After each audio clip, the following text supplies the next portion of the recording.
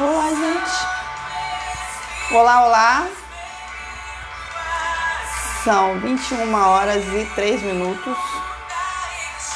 Eu já estava aqui, gente, só que o celular não tava querendo me ajudar. Mas aí agora entrou. Não estava querendo entrar. Nós já estamos aqui hoje, no segundo dia do nosso papo de família. Começamos ontem e hoje estamos no segundo dia falando sobre investimento familiar. Vamos esperar aí um pouquinho. Chegar alguém aí. Olá, minha amiga Flávia. Boa noite. Deus te abençoe. Olha, gente, se eu não ver os comentários assim na hora, eu não sei porquê, não tá aparecendo pra mim quando as pessoas comentam. Mas aí depois que eu saio do ao vivo, aí eu consigo ver. Se alguém fizer alguma pergunta na hora e eu não conseguir visualizar, eu respondo depois, tá bom? Boa noite, lindona. Deus te abençoe. Boa noite, boa noite, boa noite para quem tá chegando aí. Nosso segundo dia de papo de família. Nosso estudo falando sobre família. Como eu falei, entrei às 21 horas e 3 minutos, mas eu já estava aqui pontualmente às 21 horas. Boa noite. Hoje está aparecendo para mim, beleza. Boa noite, Hilda. Boa noite, Flávia. Boa noite, Maria Hélida. Boa noite, pessoal. Seja bem-vindo. A paz do Senhor. Deus abençoe a todos. Eu já estava aqui, mas o celular não estava querendo me ajudar, não estava querendo entrar. Não é possível. Não é possível que o cão quer entrar no meu celular, né? Está repreendido. Então vamos lá, deixa eu desligar aqui a música. Para a gente começar mais um dia do nosso Papo de Família, investimento familiar. Vai convidando aí seus amigos, né? Vai compartilhando aí, para que eles possam estar junto com a gente também. E quanto mais compartilhar conhecimento, é bom, né, gente? Principalmente quando se fala de família. E principalmente estudo que está pautado na palavra de Deus. Boa noite. Quem sou eu para ser coisa linda? Lindas são vocês, maravilhosas. Olha, gente, temos a palestra das mulheres dia 27 de junho, totalmente gratuita pelo aplicativo Zoom. Quem ainda não entrou no grupo, não perca tempo, né? Eu tenho colocado aí nas redes, tenho colocado o link do WhatsApp para o pessoal entrar e participar. Não precisa se preocupar que depois da palestra o grupo vai ser encerrado, porque às vezes tem pessoas que não querem entrar mais em um grupo para não receber aquele montão de mensagem. Inclusive eu estou orientando as meninas lá para desativar a visibilidade de mídia, que ajuda as mensagens, imagem, foto não ficar na galeria do celular, para não encher a memória do celular. Mas é só até a palestra, o grupo. É só para facilitar a inscrição, para eu ter noção de quantas pessoas vão participar, pegar o nome de todo mundo direitinho, porque depois da palestra eu vou liberar o certificado de participação para todas. Enfim, nossa palestra tem o tema sofrer ou reagir. Qual é a sua escolha? Então, para as mulheres, em especial para as mulheres, se você está sofrendo por algo, não sofra sozinha. Vem se juntar com a gente, porque a gente está aqui para ajudar uma a outra. Entendeu? Boa noite, Dri. Seja bem-vinda. Então, vamos lá, gente. Papo de família. Ontem eu dei a introdução. Eu mostrei o versículo em que está baseado esse estudo, que é Eclesiastes 11, versículo 1. Eu não vou repetir hoje de novo. Quem perdeu ontem, volta amanhã, rola aí um pouquinho aí que tá aí a live, já está no YouTube também. Já coloquei a live de ontem no YouTube, no canal Cristiane Rodrigues, Aprendendo para Ensinar. Quem ainda não me segue lá, curte, compartilha, convida os amigos para curtir, ajuda aí o canal, que o propósito é abençoar vidas através da palavra de Deus. Toda semana eu boto uma palavra lá de reflexão, uns 5 minutinhos, 10, 15 de palavra e estudos, algumas lives que eu já fiz também, com assuntos voltados espirituais, eu sempre boto nesse canal. Eu tenho outro canal profissional, mas outro dia eu falo desse. Hoje eu vou falar só do canal que eu boto as reflexões bíblicas. Boa noite, Jéssica. Boa noite, Kathleen. Sejam bem-vindas. Obrigado por você estar aí comigo. Rogério Luiz, quanto tempo, hein, amigo? A paz do Senhor, Deus te abençoe. Então vamos para a segunda parte, onde nós falamos sobre investimento emocional dentro da família. Hoje nós vamos entrar na questão do investimento espiritual. Só que antes de entrar no investimento espiritual, eu vou só falar uma coisinha que eu acho importante, que foi o finalzinho de ontem, que eu acho que eu não li aqui o último trecho. Eu falei, comentei, né, a questão do sexo para o homem, o sexo para a mulher. O homem faz sexo com o corpo, a mulher faz sexo com a mente. Mas deixa eu só ler o trechinho aqui que eu anotei, que faltou eu ler. Homens fazem sexo com o corpo da mulher e é atraído pelo que vê. Mulheres fazem sexo com o que o homem é para ela. Se forem bem tratadas, elas se entregam com facilidade. Se são feridas, se fecham e levam para a cama todas as suas insatisfações. Não conseguem separar o ato sexual das atitudes. São envolvidas pelo emocional. Faltou só eu concluir isso aqui. Boa noite, Thaís. Boa noite, Luciano. Seja bem-vindo. Boa noite, Osana.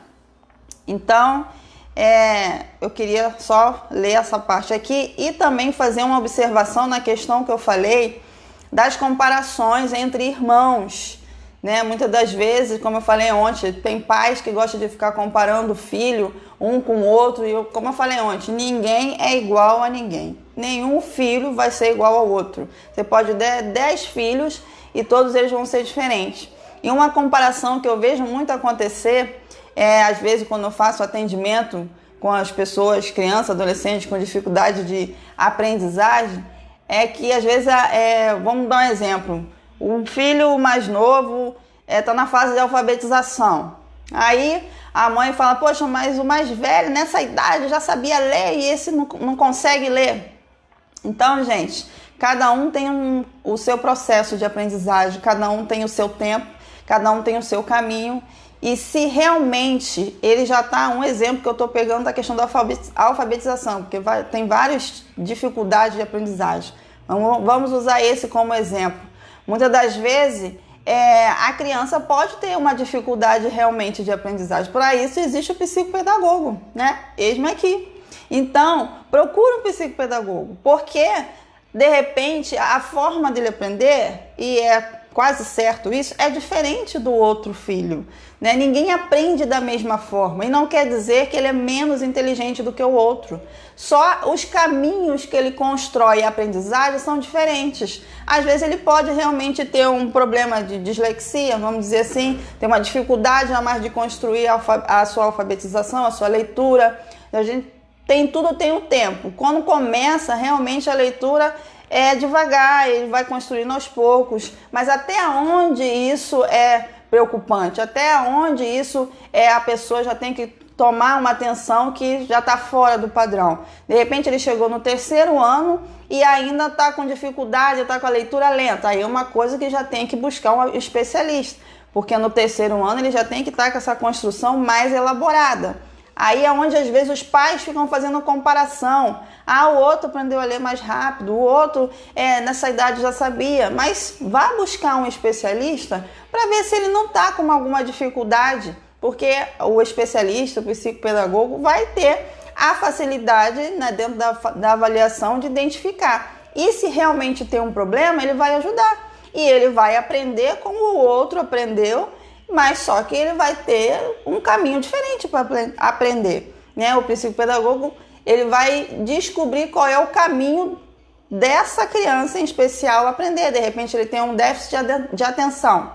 Então, na avaliação psicopedagógica, a gente descobre isso.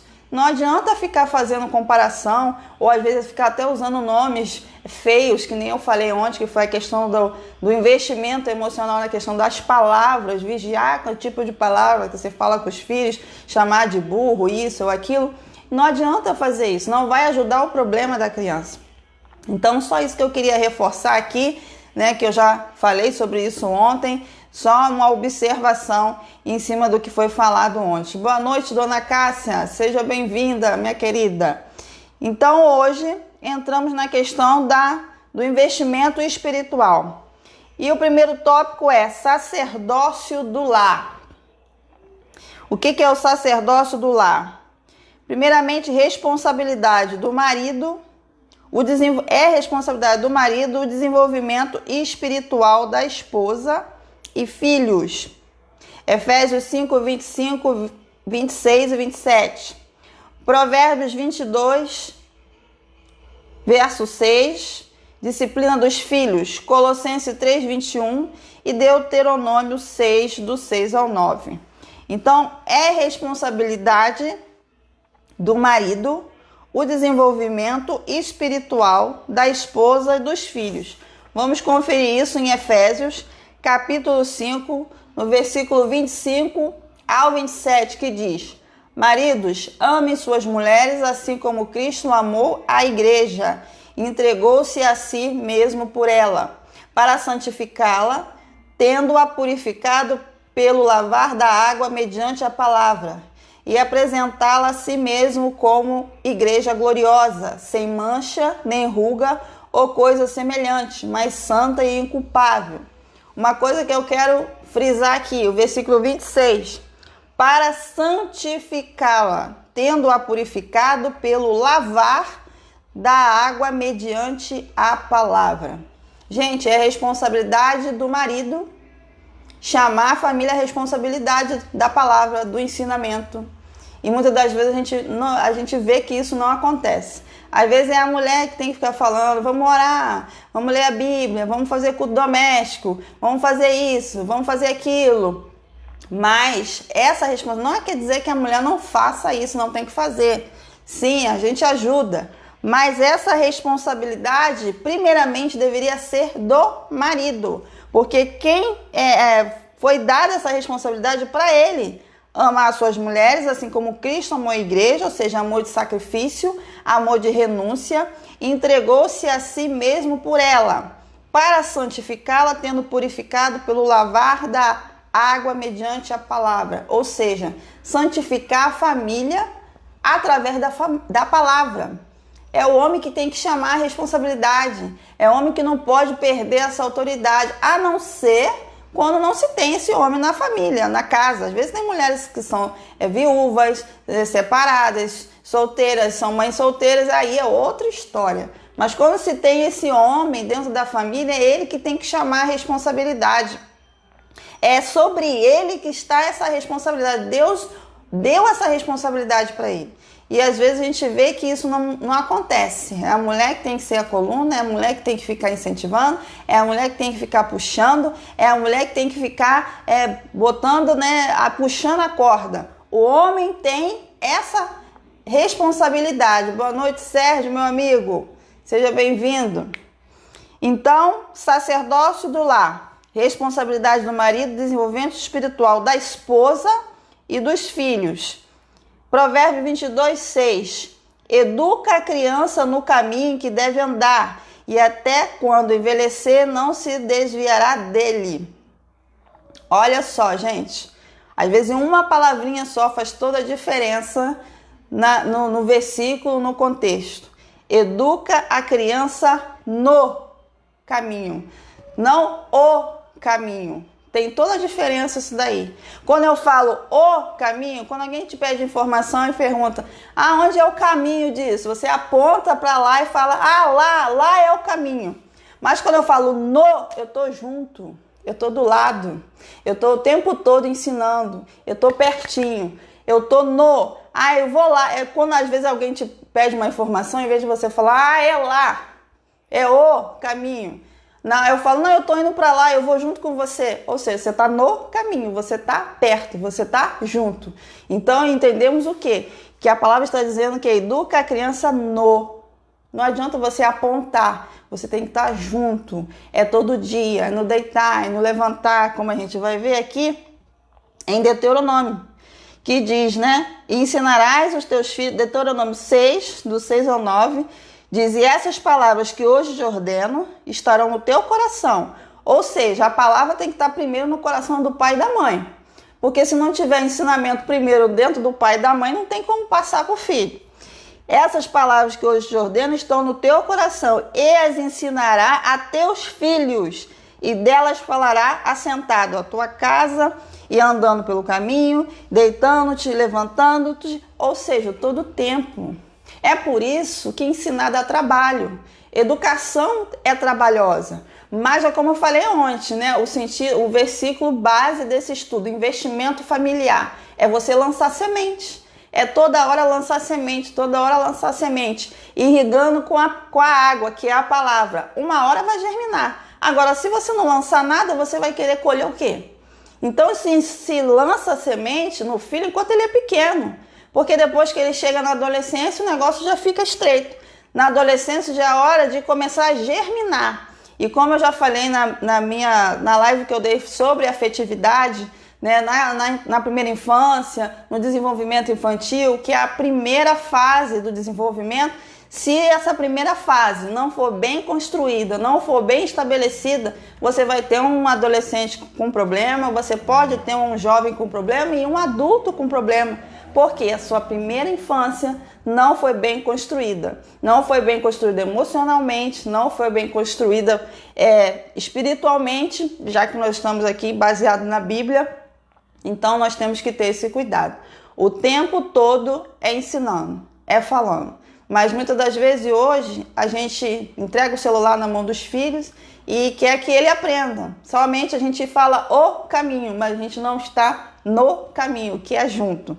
Então, gente, investimento espiritual é o homem tomando posição do sacerdócio do lar, cuidando da sua esposa, cuidando da sua família, dos seus filhos, com o seu posicionamento conforme Deus o chamou, sendo a cabeça do lar. E eu gosto muito dessa parte, gente.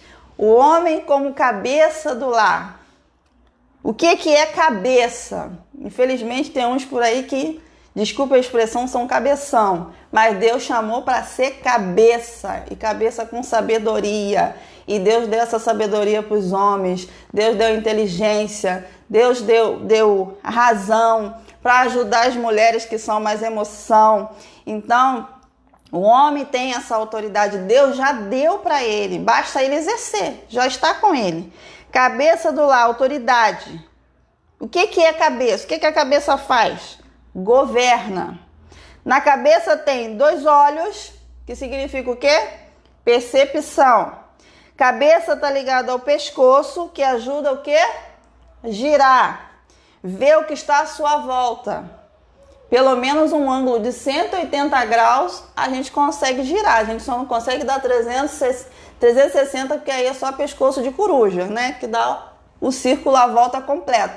Nós não somos coruja, então pelo menos a metade a gente consegue. Então o que representa a cabeça? A autoridade que governa, que tem percepção, que está ligado ao pescoço que gira, ou seja, vigilância, está ali observando. O homem tem que vigiar pela sua família. O homem tem que ter essa percepção e cuidar e ver o perigo antes de chegar. É o que eu falei no início, infelizmente, às vezes é a mulher que fica o tempo todo ali alertando o marido, olha, o perigo está iminente, o perigo está chegando. As mulheres fazem isso bem? Faz, até porque nós temos uma percepção maior do que a dos homens. Mas se só a mulher ficar preocupada com isso, ela se cansa. Fica a sobrecarga sobre a mulher o tempo todo. E é onde muitas mulheres ficam sobrecarregadas e estafadas, porque elas ficam parecendo que estão no barco sozinhas, porque os homens não se posicionam como deveriam se posicionar. Então, o homem tem que ser a cabeça, que tem que ter percepção, tem que ter a visão, vigilância. Na cabeça tem os ouvidos. Olha só, quando a gente fala o homem é a cabeça, a gente tem que pensar em tudo. Cabeça tem o quê? Não é só, o crânio lá dentro ou a cabeça, só a cabeça. Não, tem um monte. Por que Deus usou o exemplo da cabeça? Tem os olhos, tem a percepção, a questão de girar o pescoço, o ouvido, a sensibilidade de ouvir. É muito importante quando o homem, apesar de ser mais razão, mas é muito importante quando o homem tem essa sensibilidade de ouvir. Ouvir a esposa, ouvir os filhos. E eu já falei um pouquinho sobre isso ontem, que está dentro do investimento emocional, da questão de ouvir, de estar atento. E a gente sabe que às vezes, por natureza, os homens têm um pouquinho menos de percepção auditiva, as mulheres são mais auditivas, mas isso é uma coisa que se constrói, é uma coisa que se exercita. Ao longo do tempo a gente vai exercitando, a gente vai amadurecendo, a gente vai construindo o relacionamento, cada um vai se construindo, um com a sua esposa, a esposa com o esposo. Então é importante o homem ter essa sensibilidade para ouvir, estar atento para ouvir os filhos, ouvir a esposa, ouvir a sua família. Na cabeça tem a boca. Sabedoria ao falar, isso representa o quê? Sabedoria ao falar. Por isso só tem uma. É melhor ouvir mais e falar menos. E nós falamos isso também na questão do investimento emocional. Ver que uma coisa está ligada à outra. Eu falei algumas coisas sobre isso ontem, sobre o falar, sobre a palavra, sobre o tempo, sobre várias coisas que estão na área do emocional, mas está ligado também no espiritual. Na cabeça tem o cérebro, o órgão mais importante do sistema nervoso, que controla todo o corpo, ou seja, responsável pela nossa capacidade de pensar, movimento, linguagem, julgamento e percepção, movimento, equilíbrio e postura. Olha quanta coisa representa quando Deus fala que o homem é a cabeça. Olha quanta coisa embutida está aí dentro. É ele ter a sensibilidade para ouvir, pensar antes de falar, ter o governo, a vigilância, é saber o momento certo para julgar, para ter o equilíbrio, ter a postura. A cabeça dá o equilíbrio a todo o corpo. Uma cabeça desequilibrada desequilibra todo o resto. Então, olha a responsabilidade que está sobre os homens e o perigo de não se posicionar como tal, conforme Deus chamou. Porque se o homem representa tudo isso, equilíbrio, pensamento, razão, percepção, pensamento, linguagem, então se isso tiver em desequilíbrio, vai desequilibrar todo o resto. Então Deus não falou isso para a mulher. Não, você vai ser a cabeça, você vai ser tudo isso. Na família não, Deus falou isso para o homem. Por que falou para o homem? Porque sabe que ele tem condição para isso. Porque nós mulheres podemos até fazer. Em alguns momentos a gente tem que fazer. Porque ou o homem não se apresenta, ou às vezes não existe esse homem. Não tem, as que são separadas, são viúvas ou que são mães solteiras, enfim. Mas quando tem, a mulher precisa desse homem. Porque ele estabiliza as emoções da mulher, porque a mulher é mais emotiva. Ela precisa, e eu já falei isso na live que eu dei sobre o lado bom do isolamento social, onde eu falei sobre paternagem e maternagem. Eu dei ali exemplos de como exercer a maternagem e a paternagem, tanto para o homem, no caso a paternagem para o homem, a maternagem para a mulher. Eu já dei exemplos ali de como o homem tem que exercer a sua posição de marido e a mulher com a esposa e os filhos, o cuidado que ele tem que ter.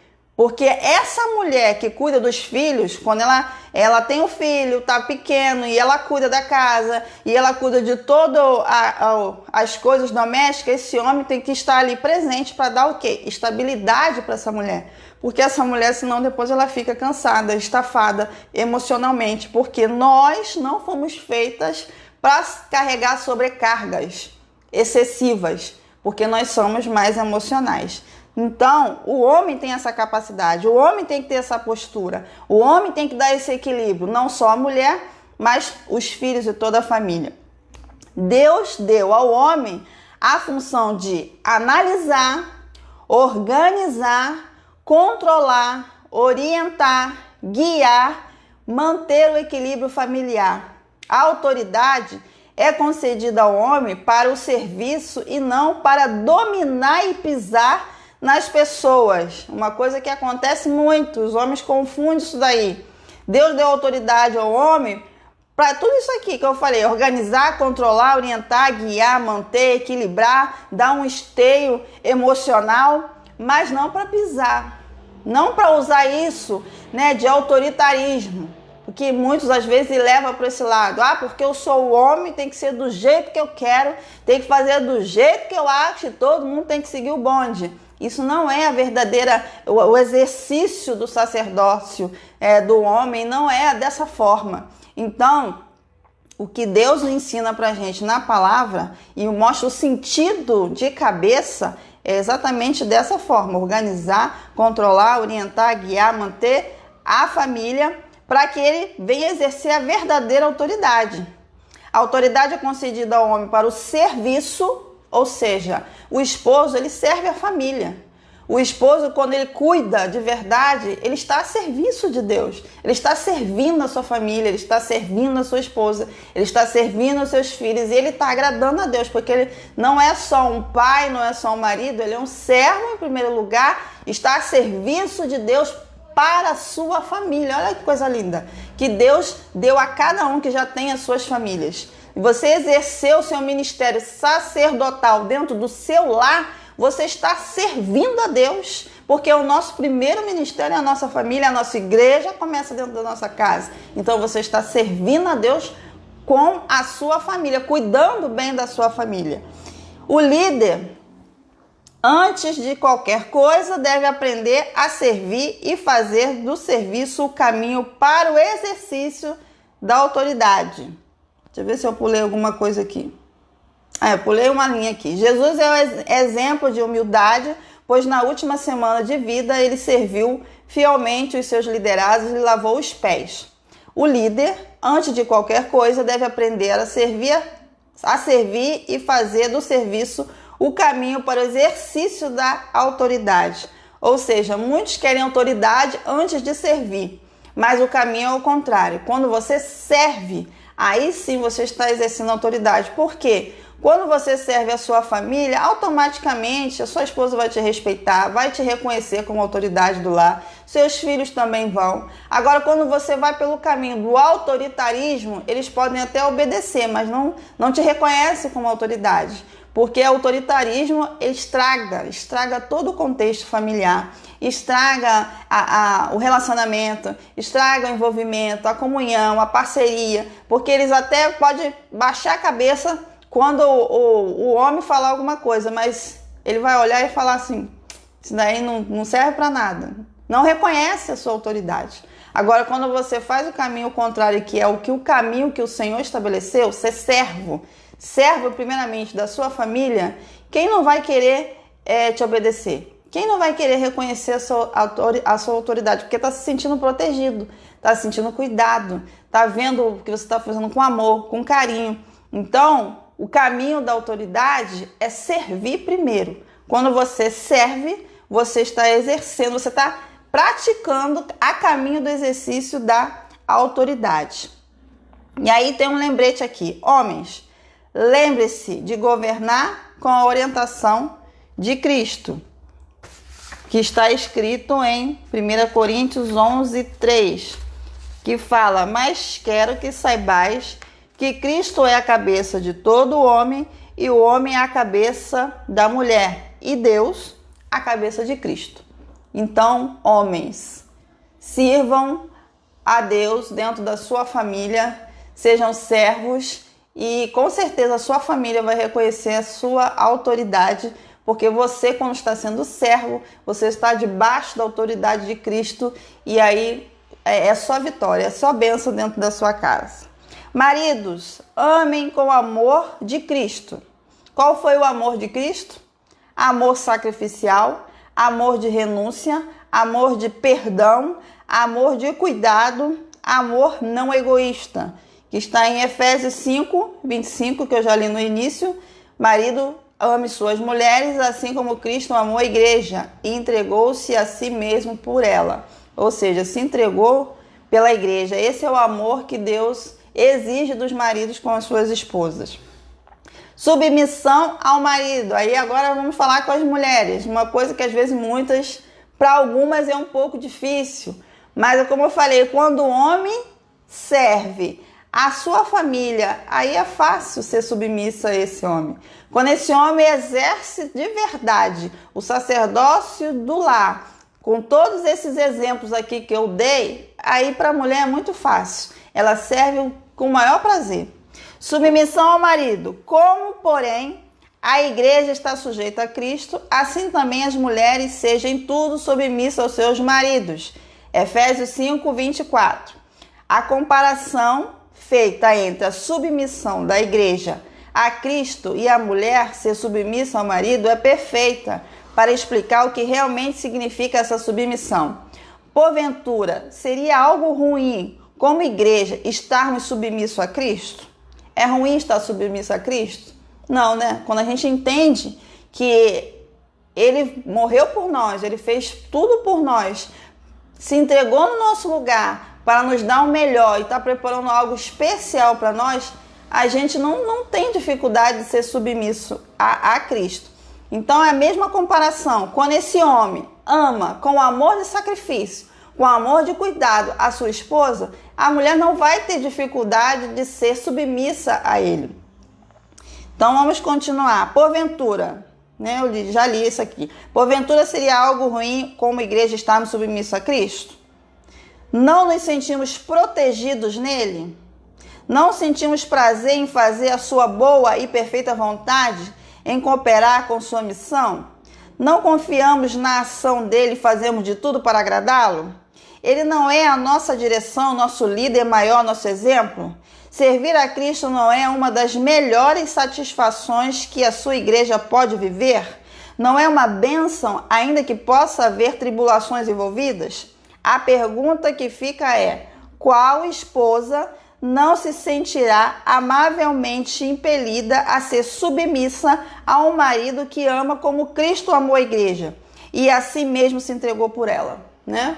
Foi o que eu já falei. Quando o homem de verdade exerce esse amor que a Bíblia ensina, um amor de cuidado, um amor de proteção, um amor de sacrifício, um amor de se entregar pela família, um amor de se entregar pelos filhos, pela esposa, a mulher não vai ter dificuldade de ser submissa a esse homem, porque ela sabe que ele protege, ele cuida.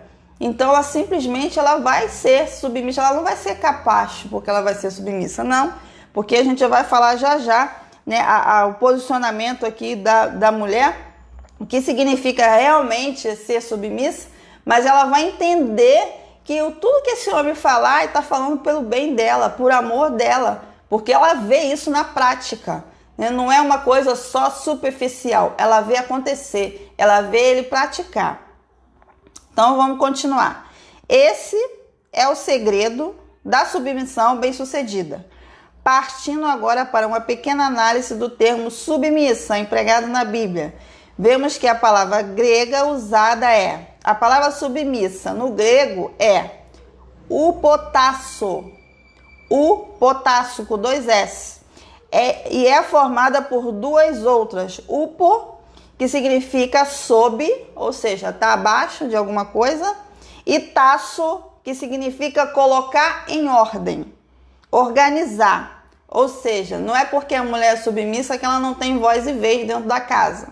Não, ela foi chamada também para colocar em ordem, organizar. Só que não é tudo, né? É o erro de muitos homens, deixa tudo nas costas da mulher. Aí a mulher fica sobrecarregada. Não, ela tem o seu papel dentro da família, o homem tem o seu papel e cada um vai exercer dentro da família, cada um dentro do seu papel e não fica pesado para ninguém. E o homem toma a maior parte. Sendo que a palavra submissa, ela está ali sob, colocar em ordem, organizar.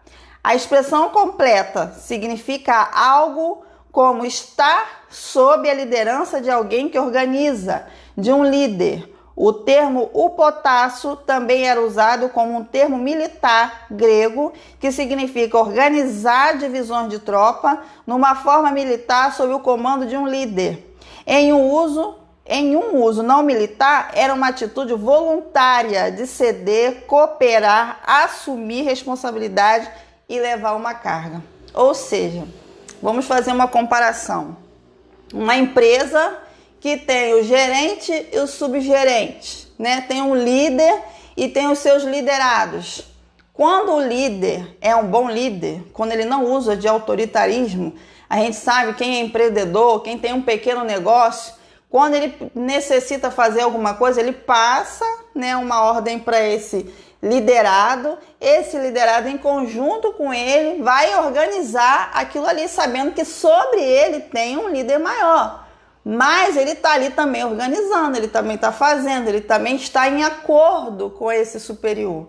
Ou seja, a mulher tem que estar em acordo com o marido em acordo com a mulher. Esse negócio de o homem, às vezes, tomar uma atitude, não pedir um conselho à mulher, não falar com a mulher, não tomar satisfação, os dois não sentarem junto para os dois chegarem numa solução, numa opinião comum, isso está fora.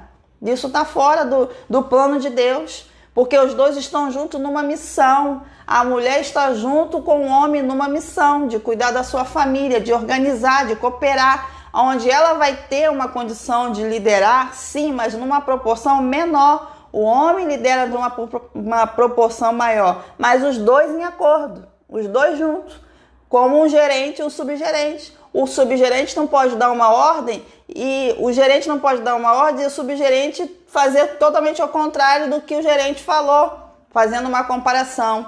Ou o gerente passar por cima do subgerente, sabendo que ele está ali também para executar alguma coisa dentro da empresa. E ele achar que por ele ser o gerente, ele faz tudo do jeito que ele quiser. Essa empresa, mais cedo ou mais tarde, vai dar ruim. Empresas, líderes que funcionam desse jeito, dá ruim.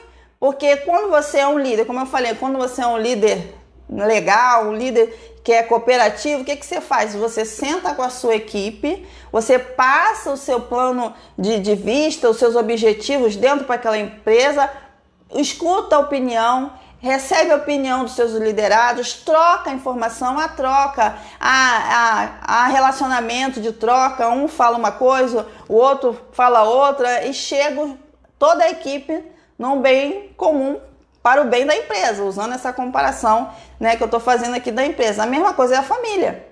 Se o gerente, que seria o homem, e a mulher, usando aqui o exemplo, sendo a subgerente, não se comunicam, não entram em acordo, ou cada um não exerce a sua função da forma certa, vai dar ruim lá na frente.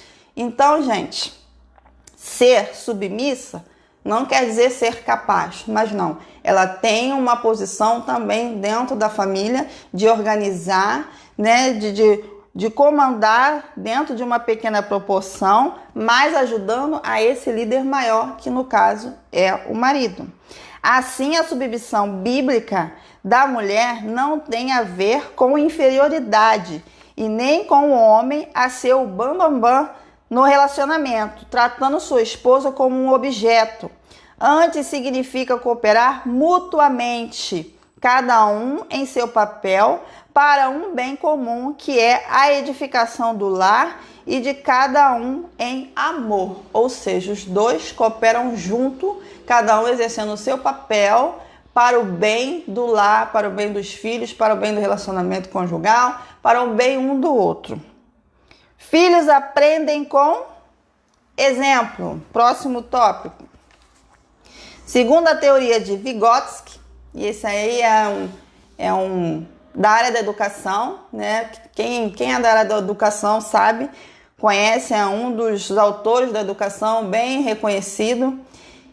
O desenvolvimento para Vygotsky é cognitivo, conhecimento e raciocínio da criança. Para ele, o conhecimento e o raciocínio da criança se desenvolve de acordo com o meio em que ela vive. Sua personalidade vai sendo moldada de acordo com os indivíduos que estão à sua volta.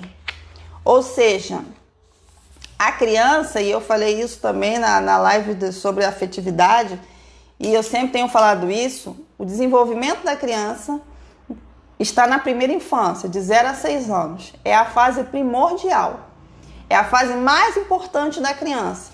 É onde a gente tem que ensinar e reensinar. É onde a gente tem que semear o máximo que nós pudermos. Porque do 0 a 6 anos é onde a criança está construindo a sua personalidade, é onde a criança está construindo o seu pensamento, é onde ela está absorvendo tudo que está ao redor dela. Vygotsky, ele tem essa visão de que a criança ela é construída no meio que ela vive, conforme o meio que ela vive. A criança nasce, é formada pelo id, que é os estímulos, a vontade de tudo. Ela não tem noção de nada. Se ela quiser botar o dedo na tomada, ela vai botar porque ela não tem noção de nada. Quem vai ensinar essa criança que ela não pode botar o dedo na tomada, que ela corre risco de botar esse dedinho na tomada e levar um choque? É a família. É o meio que ela vive. Então ela vai sendo construída dia após dia com os ensinamentos que ela recebe dentro da família. Os estímulos, os reflexos, ela vai recebendo, ela vai sendo formada ali no meio em que ela vive. Se ela não for formada espiritualmente da maneira correta, lá na frente vai dar problema. Como nós já temos falado em outras lives e na live de ontem também já falei um pouco sobre isso.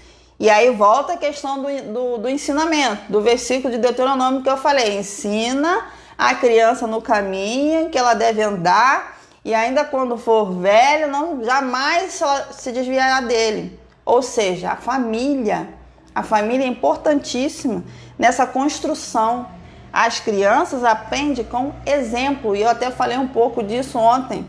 Tem coisas que vai valer mais o exemplo do que você ficar falando toda hora. Faz isso, faz desse jeito, faz dessa forma. Se você não fizer, a criança não vai absorver. A criança não vai aceitar. Porque ela vai dizer, como ele me ensina isso, se ele não faz isso, ou a mãe não faz isso? Ele diz para eu não mentir, ou a mãe fala para eu não mentir. Mas eu vejo meu pai mentindo, eu vejo minha mãe mentindo. Como que essa criança vai assimilar que eu não posso mentir? Então, isso é importante. Nós temos que ser, nosso amigo Sérgio aqui está dizendo que nossa vida é um espelho. É isso aí. Temos que ser espelho para os nossos filhos. Muitas das vezes dentro de casa, mais vale o exemplo do que muitas palavras. Então, se eu quero ensinar ao meu filho tal coisa, eu primeiramente tenho que praticar. Ele tem que ver em mim esse exemplo. Eu tenho que ser um ícone para o meu filho. Eu tenho que ser um motivo do meu filho olhar para mim e falar, poxa, eu admiro minha mãe. Eu admiro meu pai. Eu tenho eles como exemplo, como espelho. Eu quero ser igual ao meu pai. Eu quero ser igual à minha mãe. Mas se a gente só exige da criança, mas a gente faz tudo ao contrário, como nós vamos ter crianças que dêem exemplo? Então, que a gente tenha esse cuidado, porque a primeira infância, como eu já falei, de 0 a 6 anos, é a que é mais importante, e aí que a gente tem que desenvolver a afetividade. Eu já falei o sentido da afetividade aqui. A afetividade vem da origem afecto, que é afetar, no latim ela é afetar, mas não afetar de maneira negativa. De que forma nós estamos afetando os nossos filhos? A palavra afetividade também vem de ser disponível, estar disponível para os nossos filhos. Será que nós estamos disponíveis para os nossos filhos? Principalmente nessa questão de ensinar. E eu falei ontem também na questão do tempo. Eu não tenho tempo. Eu tenho tempo para isso, eu tenho tempo para aquilo. Agora está todo mundo mais em casa, mas quando a gente está na atividade, para a gente que tem compromisso na igreja, eu tenho que ir para a igreja, eu tenho que ir para o ensaio, eu tenho que ir para isso, eu tenho que ir para aquilo. Aí esse momento que nós estamos vivendo agora serve para reflexão. Será que vale a pena mesmo? Deixa aí uma interrogação. Tanto ensaio, tanto culto. Será que vale a pena mais essas coisas ou a nossa família ou cuidar dos nossos filhos? Fica aí uma reflexão para pensar. Porque nós estamos sendo igreja dentro de casa. Não estou dizendo que ninguém tem que deixar de ir para a igreja, não. Mas será que não tem que ter um equilíbrio dentro disso daí? Às vezes a gente se doa demais dentro da igreja e perde os nossos filhos dentro de casa. Porque só levar o filho para a igreja, eu não estou ensinando ele o caminho do reino. Eu não estou ensinando ele só porque eu estou levando. E simplesmente eu estou levando ele junto comigo. Mas será que eu estou semeando? Eu estou carregando semente? Será que eu estou ensinando no deitar, no levantar, né? O que diz lá Deuteronômio, que é o todo tempo? Em todo tempo eu estou falando. Com o meu comportamento eu estou pregando. Com o meu exemplo eu estou ensinando. Será? Então, fica aí a reflexão para pensar. Então, vamos continuando aqui. Deixa eu ver onde eu parei.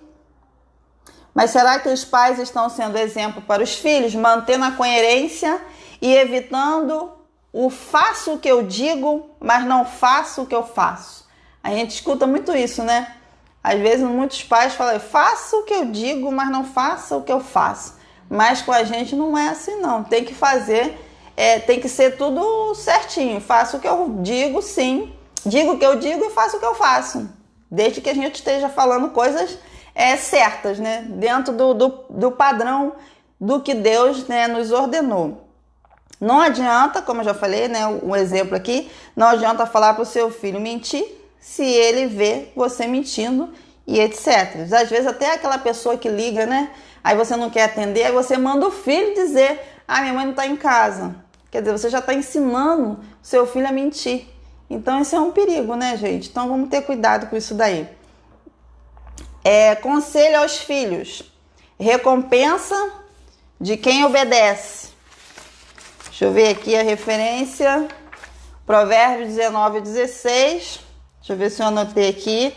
O que guardar o mandamento, guardará a sua alma. Porém, o que desprezar os seus caminhos, morrerá. Ou seja, isso aí é um conselho para os filhos, né? Que quem obedece tem uma recompensa, né? Quem obedece é aquele que guarda o mandamento, ele guarda a sua alma. Porém, o que desprezar os seus caminhos, morrerá. Ele corre o risco de morrer espiritualmente e até fisicamente, né? Porque tem certos pecados que levam à morte. E, deixa eu ver que horas tem aqui. Estamos terminando, já falta 10 minutos para as 10.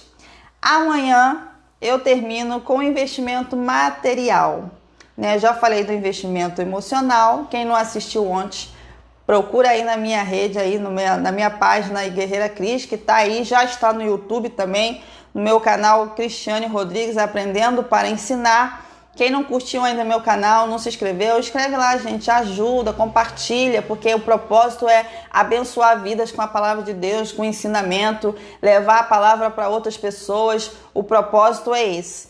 Então ontem eu já deixei lá, já coloquei lá no canal a live de ontem, que foi sobre o investimento emocional. Hoje nós falamos sobre o investimento espiritual e amanhã nós vamos falar um pouquinho sobre o investimento material. Tá bom, gente? Fica com Deus. Deus abençoe a todos. Todos que participaram aqui comigo, Etiane, Dri, Cássia, Élida, Maria Augusta, Rosana, Luciano, Thaís, Sérgio Levati, meu amigo, Miriam, minha mãe está aqui, Dona Maria da Penha, boa noite, mãe, beijo, Marcela, Catherine, Dona Conceição, enfim, gente, Miriam, um beijo. Amanhã é o último dia do nosso Papo de Família com o tema investimento familiar. Um abraço, fica na paz, Deus abençoe a todos e até amanhã. Um grande beijo. Tchau, gente.